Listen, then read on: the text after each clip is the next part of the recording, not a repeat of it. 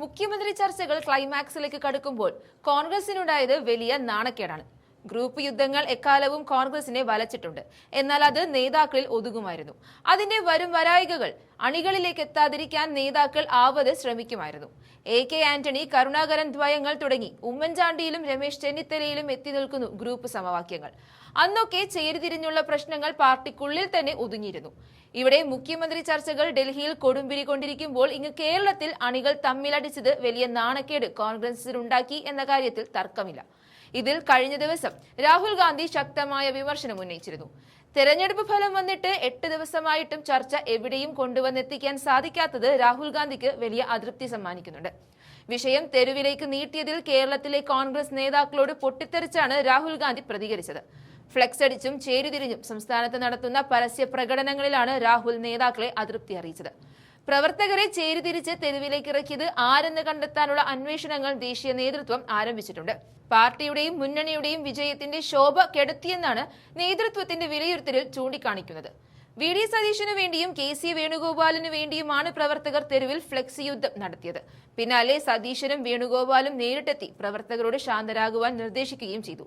ഇതിനു പിന്നാലെ കഴിഞ്ഞ ദിവസം KPCC മുൻ അധ്യക്ഷന്മാരെ രാഹുൽ ഗാന്ധി തലസ്ഥാനത്തേക്ക് വിളിപ്പിച്ച് ചർച്ചകൾ നടത്തി. കൂട്ടമായി നേതാക്കൾ ഇരുന്ന വേദിയിലാണ് രാഹുൽ ഗാന്ധി പൊട്ടിത്തെറിച്ചത്.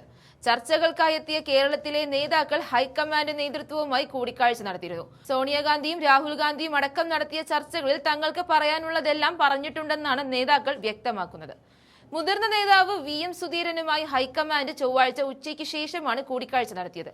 തുടർന്ന് മുല്ലപ്പള്ളി രാമചന്ദ്രൻ, AK ആന്റണി എന്നിവരുടെ അഭിപ്രായങ്ങൾ ഫോൺ വഴിയും തേടി. തുടർന്ന് മുഖ്യമന്ത്രി പദത്തിലേക്കുള്ള ആളെ പ്രഖ്യാപിക്കുമെന്നാണ് കരുതുന്നത്. ഈ അവസരത്തിലാണ് രാഹുൽ ഗാന്ധി ഈ ചർച്ചകൾ വഴിമുട്ടുവാൻ കാരണം നേതാക്കന്മാരുടെ പിടിവാശിയാണെന്നും പ്രവർത്തകരെ ആരാണ് തെരുവിലേക്ക് ഇറക്കി വിട്ടതെന്ന് തനിക്ക് അറിയണമെന്നുമാണ് രാഹുൽ പറഞ്ഞത്. ഇത് വിശദമായി അന്വേഷിക്കാമെന്നും ഉത്തരവാദികളായവർക്കെതിരെ നടപടിയെടുക്കാമെന്നും രാഹുൽ ഗാന്ധി അറിയിക്കുകയും ചെയ്തു. നേരത്തെ കേരളത്തിലെ മുഖ്യമന്ത്രിയെ തീരുമാനിക്കുന്ന കാര്യത്തിൽ KPCC മുൻ അധ്യക്ഷന്മാരെ ഡൽഹിക്ക് വിളിപ്പിച്ചതിന് പിന്നാലെയാണ് രാഹുൽ ഗാന്ധി നേതാക്കന്മാരോട് പൊട്ടിത്തെറിച്ചത്. തിരുവഞ്ചൂരിനെയും MM ഹസനെയും വിളിച്ചതിന് പിന്നാലെ വർക്കിംഗ് പ്രസിഡന്റുമാരെയും ഡൽഹിയിലെത്തിച്ചു. തെരുവ് പോരും സോഷ്യൽ മീഡിയ യുദ്ധവും അവസാനിപ്പിച്ച് എല്ലാവരും ശാന്തരാകാനാണ് കാത്തിരിപ്പ് എന്ന് KC പക്ഷം പറയുന്നുണ്ട്. KC വേണുഗോപാലിനെതിരായ വികാരം ഹൈക്കമാൻഡിന് ബോധ്യപ്പെട്ടിട്ടുണ്ടെന്ന് VD അനുകൂലികൾ പറയുന്നുണ്ട്.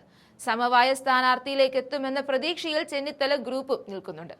KC വേണുഗോപാലിന് നടക്കുവീഴാനുള്ള സാധ്യത മുന്നിൽ കണ്ട് കേരളത്തിൽ KC പക്ഷം ആഘോഷങ്ങൾക്കുള്ള ഒരുക്കം തുടങ്ങിയിട്ടുണ്ട്. ഇത് VD പക്ഷത്തിന് കനത്ത തിരിച്ചടിയാകുമെന്നുറപ്പാണ്. രാഹുൽ ഗാന്ധി അന്വേഷണം പ്രഖ്യാപിക്കുകയാണെങ്കിൽ അതും VD പക്ഷത്തിന് വലിയ പ്രതിസന്ധി ഉണ്ടാകും. VD സതീശനു വേണ്ടി വലിയ പ്രകടനം നടത്തുവാൻ നേതാക്കൾ ആഹ്വാനം ചെയ്തതായി പല പ്രവർത്തകരും തുറന്നു പറഞ്ഞിട്ടുണ്ട്. ഇനിയും അപസ്വരങ്ങൾ ഉണ്ടാകാതിരിക്കാൻ ഇത്തരം താക്കീതുകൾ ആവശ്യമാണെന്ന തിരിച്ചറിവിൽ രാഹുൽ ഗാന്ധിയെ അനുകൂലിക്കുന്നുണ്ട് മറ്റ് നേതാക്കന്മാർ. കേരളത്തിലെ വിജയത്തിൽ സമൂഹ മാധ്യമങ്ങളിലൂടെ രാഹുൽ ഗാന്ധി സന്തോഷം പ്രകടിപ്പിച്ചപ്പോൾ അതിന് താഴെ വന്ന് VD സതീശൻ അനുകൂലികൾ വ്യാപകമായി കമന്റുകൾ പോസ്റ്റ് ചെയ്തിരുന്നു. ഇതിലും രാഹുൽ ഗാന്ധി വലിയ അമർഷമാണ് രേഖപ്പെടുത്തിയിരിക്കുന്നത്.